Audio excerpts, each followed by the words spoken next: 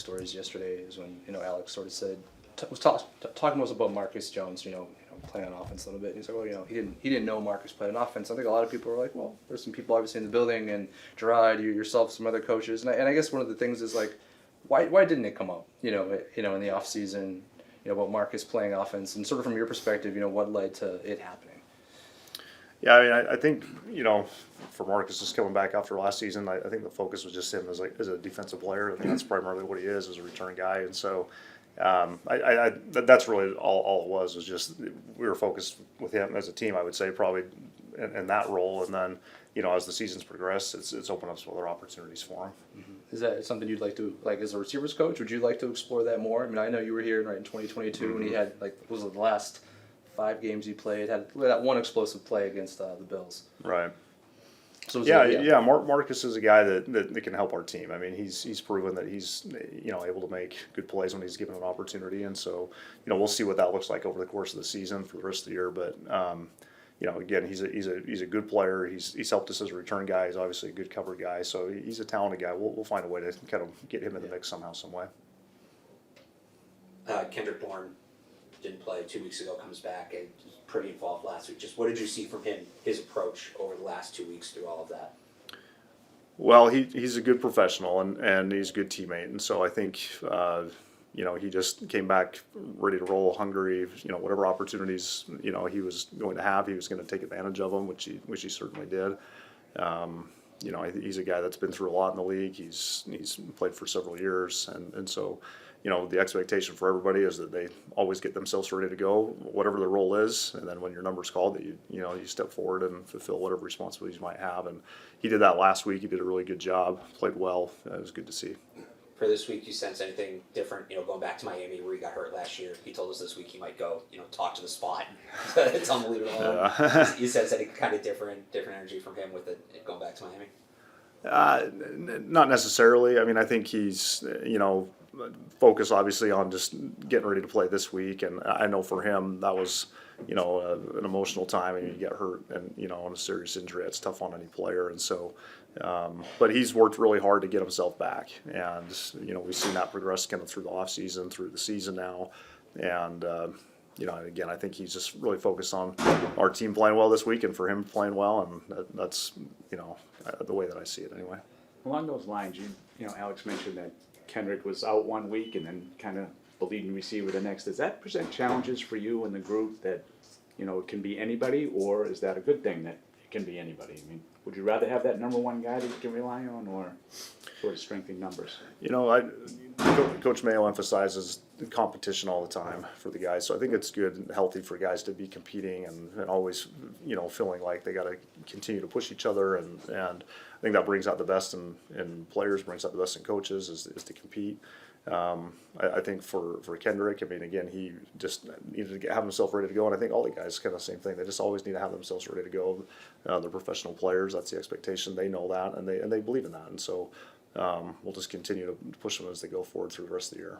To put more on your plate, though, to sort of not necessarily know which guy is going to be the guy from week to week, or do you think it's harder on Drake? I think just speaking for me, I mean, I think that we always want to have consistency, but at the same time, I do think competition's healthy, and so just finding a balance between the two things. Coach Mayo kind of put John Baker on the spot Monday. I wonder what's your view about his development throughout the first half of the season? He's been a guy that for me, I mean, he's good in the meetings. We talk a lot. Like when we're like say if at a walkthrough as an example, if somebody else is in, I always have him. We're standing there talking, going through assignments, and he's clocked in that way, which is really good. I think his progression's been good. We have a big room, and he's just been working to try to get an opportunity to get on the field, and we've been able to get him a few more here and there. I think that'll just continue to grow as he continues to develop as a player here in our system. We don't get to see a ton from the practice squad guys, but John Giles was here. He was released. You guys brought him back. What does he bring on a day-to-day basis? Yeah, he's a good young player. He's strong, good size. He catches the ball well. he's got a chance to develop, through time here. He's a guy that we like. He works hard. He's a good teammate from what we've seen to this point. So yeah, he's doing the things that we're asking him to do, and he's trying to get himself, ready to contribute at some point, whenever that might be. Sure, you've been asked about Jalen Bullock already, but with him, since he's had kind of a hard time, getting going over the last few weeks, is there a thought to getting the ball in his hands early in a game, just to get the, just get him going a little bit?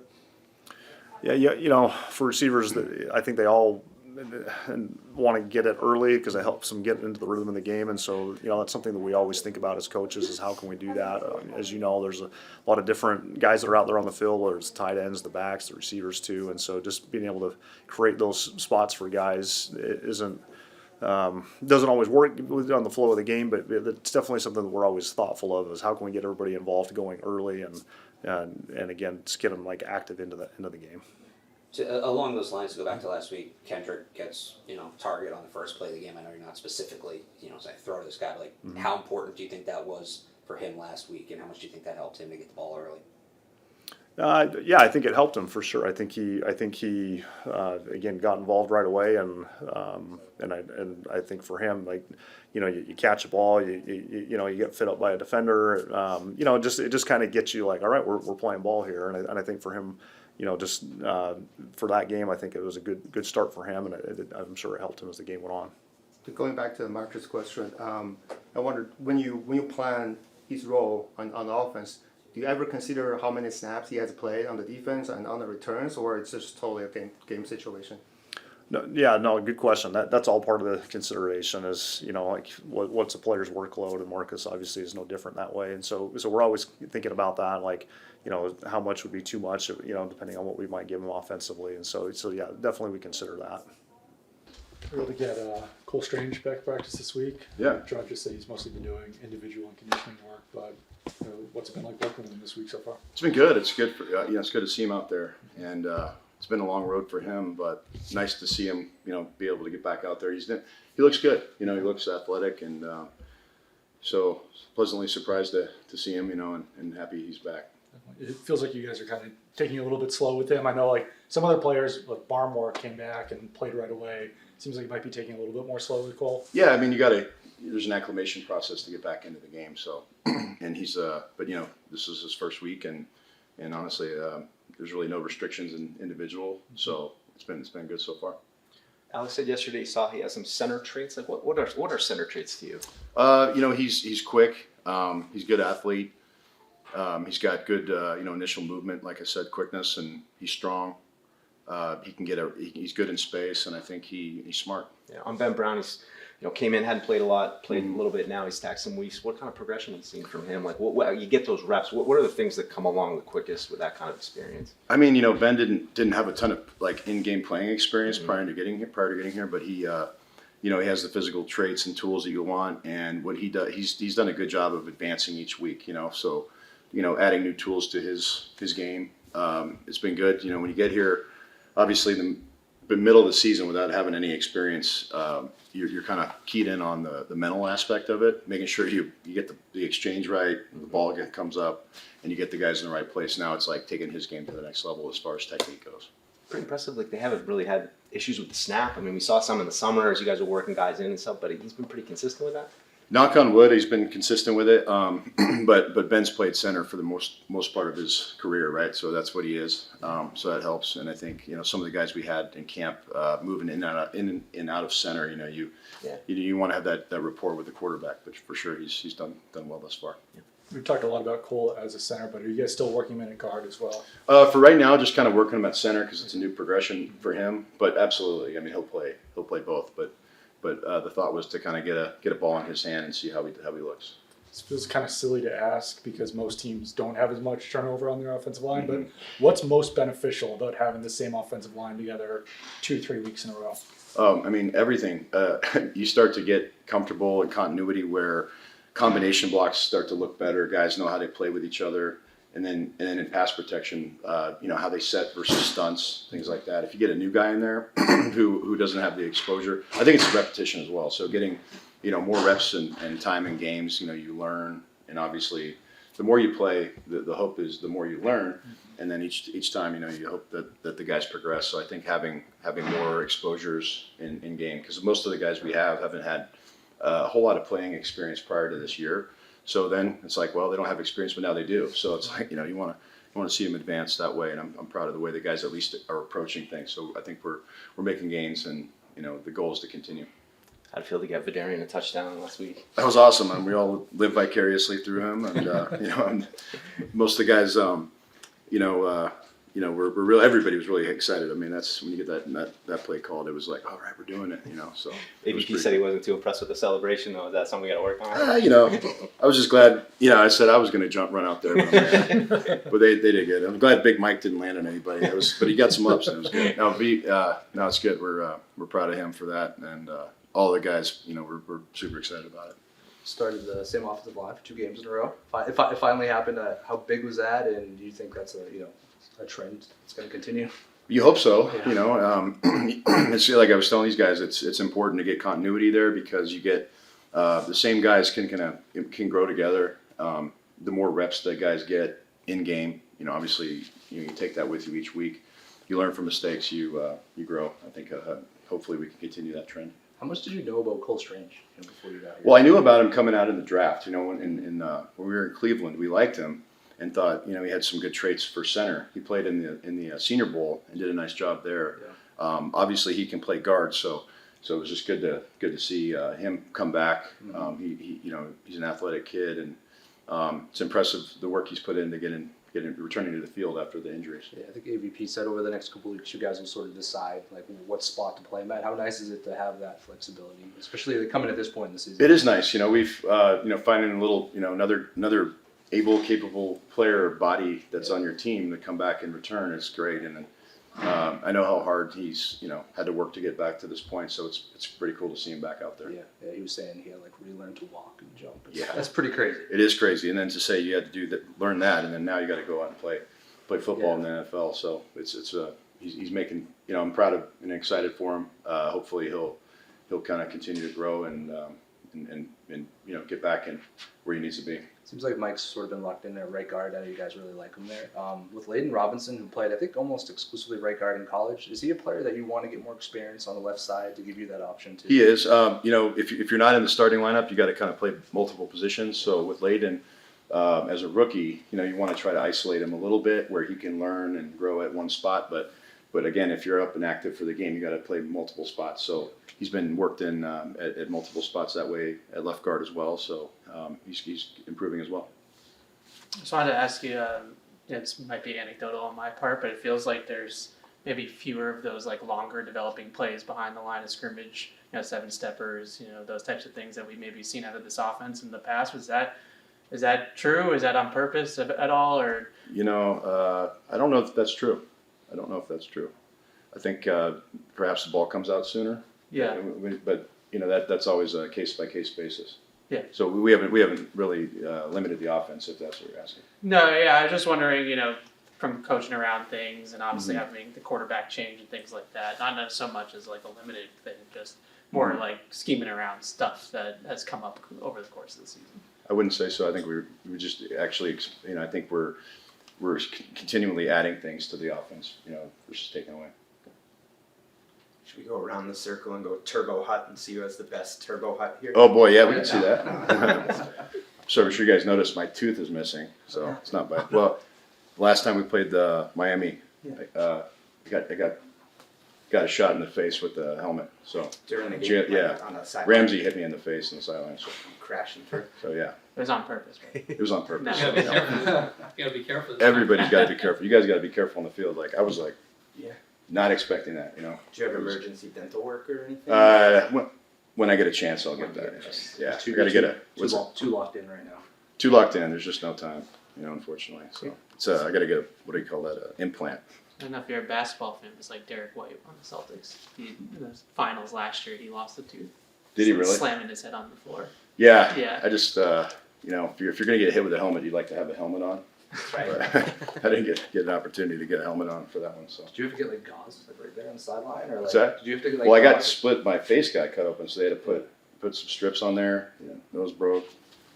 wasn't good. You stayed out there and you rallied through it. Stayed out there. Yeah. Yeah, it was, Show toughness. I think I disturbed some people out there because it was like, what's wrong with this guy? Scott, I know you're gonna go here in a second, Uh-huh. and if you answer it, I'll just get it off the film, but I did want to ask you about the alignment. Yes. Did you answer to that already? I did not. Okay, I'd love to just get your take. Yeah, on it. it's a preventable issue, and it's something that we all are aware of. You know, the officials warn our guys, and you know, being conscientious of that is the thing. So if you know they're calling those things, so it's really just a function of understanding the rules and being conscientious every play. So if the guys step on a line, usually the officials give you a warning, and a warning was made, and it's really on more than just the tackles. It's on the guards. Sometimes they can't see the reference, which is the rear end of the center. You got to make sure your helmet is at least overlapping that in order to stay legal. Because I actually saw Vidarian put his hand up after. I told him After, to. I did- said, did hey, you- just check with the official. Like a You know, receiver. if you're not sure, just check and get a clearance. You know,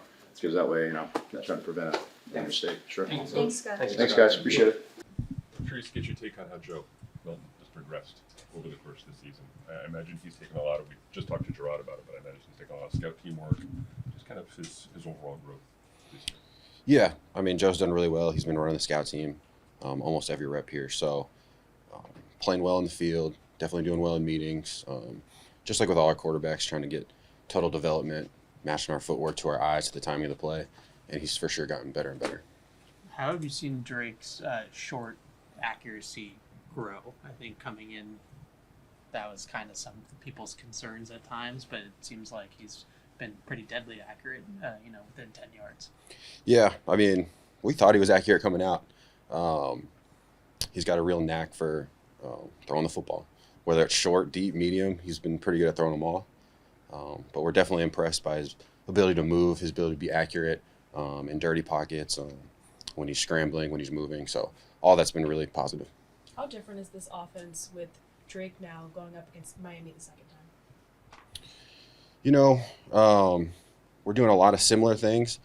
Drake brings a little different element, the quarterback position for sure, his ability to move, and make a lot of plays outside the structure. But we're continuing to try to do the same things, just play good, clean football. It's admittedly kind of silly, but asking a few people the same question.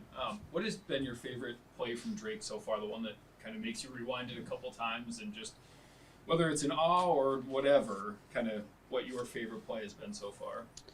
My favorite play from Drake has been when we took a knee to win the game. For sure. That's been my favorite one. But he's done a lot of good things. There's a couple times last week, I can't give you one play, but where I call it staring down the barrel. And there's a free runner or there's someone coming right in his face. He's got no flinch and he releases an accurate ball. So those are my favorite plays that I see him do. Kind of like the one with Damari Douglas on the shallow crosser, drifts right a little bit. That would fall into that bucket? Absolutely. That wasn't the one I was thinking of. Okay. But for sure, his ability to feel the rush, move, and then throw with his eyes downfield and throw an accurate pass, those are hard things to do. So those are definitely fun to watch too. How would you describe Drake's leadership style? His leadership style, I think he is coming into his own. He's gaining more confidence, becoming the starting quarterback. That allows you to, be a little more outgoing in his leadership style. But I think he just relates to the guys well. Right now, I don't think he has to try very hard to do it. The better you play early on, the easier it is. So we'll just keep focusing on trying to get better, and I think that'll come naturally. Have you observed anything where you've seen it and said, oh, like that's a leader? I think naturally from the quarterback position, those things happen a lot. It's his job to get everyone on the same page. And so I think you see those things a lot coming out. I think you saw them from Jacoby, and then now that Drake's in that position, I think it naturally happens a lot. What are some of the unique challenges to being the scout team quarterback? Obviously, you want to be able to mirror, that team's opponent, the upcoming opponent. But what are some of the other things that go into that maybe we don't necessarily see over the course of the week? I have a soft spot for scout team quarterbacks because I was a lifetime scout team quarterback. But I think there's a lot of things you can get better at. Me personally, just coming into this whole thing, when you play scout team, you're able to, the rush is heavy. When you have the scout team O-line trying to block, our starting guys, okay, the pockets are really dirty. and you are able to develop the ability to move around and see down the field, you don't have to worry about getting hit. And I think developing that skill is one of the first things I think that scout teams quarterbacks can do. And I think Joe's done a good job of that. And trust me, the pressure's heavy down there, and he's still making a lot of plays. So it's good to watch. Yeah, you were named on a list from NFL Network for future like head coaches and kind of up and coming coaches in the league.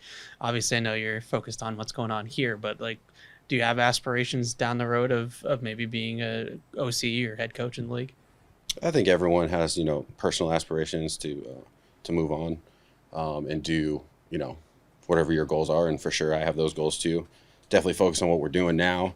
And I know that it's very humbling to be on that list, but also there's like 200 people on the list. So I don't know. I don't know how I feel about that, but They weren't all scout team quarterbacks. that's a good point. That's a good point. As a quarterbacks coach, you coach like fundamentals, technique. And I'm wondering how much you discuss, if at all, short yardage situation. You're gonna hand the ball off. You want the quarterback to go into the huddle with a certain energy or a certain let's go. I mean, is that even part of the conversation? I think definitely. The moment in the game, I think everyone's fired up. I think AVP talks to them about it. I also think that naturally, those guys are ready to go. Those guys bring that energy naturally. I don't think you have to coach them too much, but I think some of that's definitely a part of going into the huddle, knowing the situation and getting the guys fired up. What have you observed not observed, but seen, heard, talked about with Drake in that regard, taking command of the huddle in those situations? We've been talking about the huddle and taking command, cadence, and all that. Just overall, not necessarily in those situations. But again, that comes with it. Each situation is different, and you got to be ready for all those different situations. And Drake's, again, pretty natural at knowing what what gets the guys going. So, where have you seen the most growth with Drake May in his 6 starts? the most growth. Drake, I think confidence.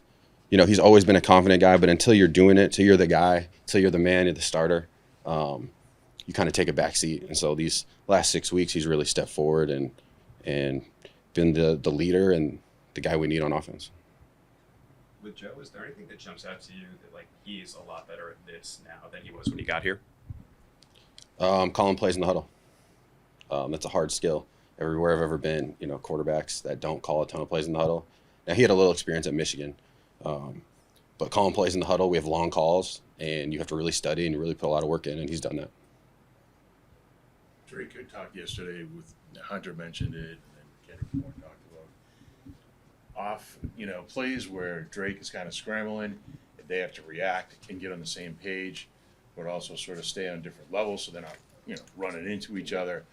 How is that something that you're able to work on, like that fine line of we're going to run these plays, but also here's what we're doing if it breaks down? Yeah, I think like most offenses, we have scramble drill rules, and as the play breaks down, there's certain spaces that we want guys getting to, and our guys have been really good at getting to those spaces, and Drake knows where to put his eyes and find those guys. So it's been pretty good so far, but it's something you always think about and work on with a guy who can get out of the pocket. They talk about him being that Let's take guy one more. that's sort of like the play's never over, right? He can throw both directions. He can.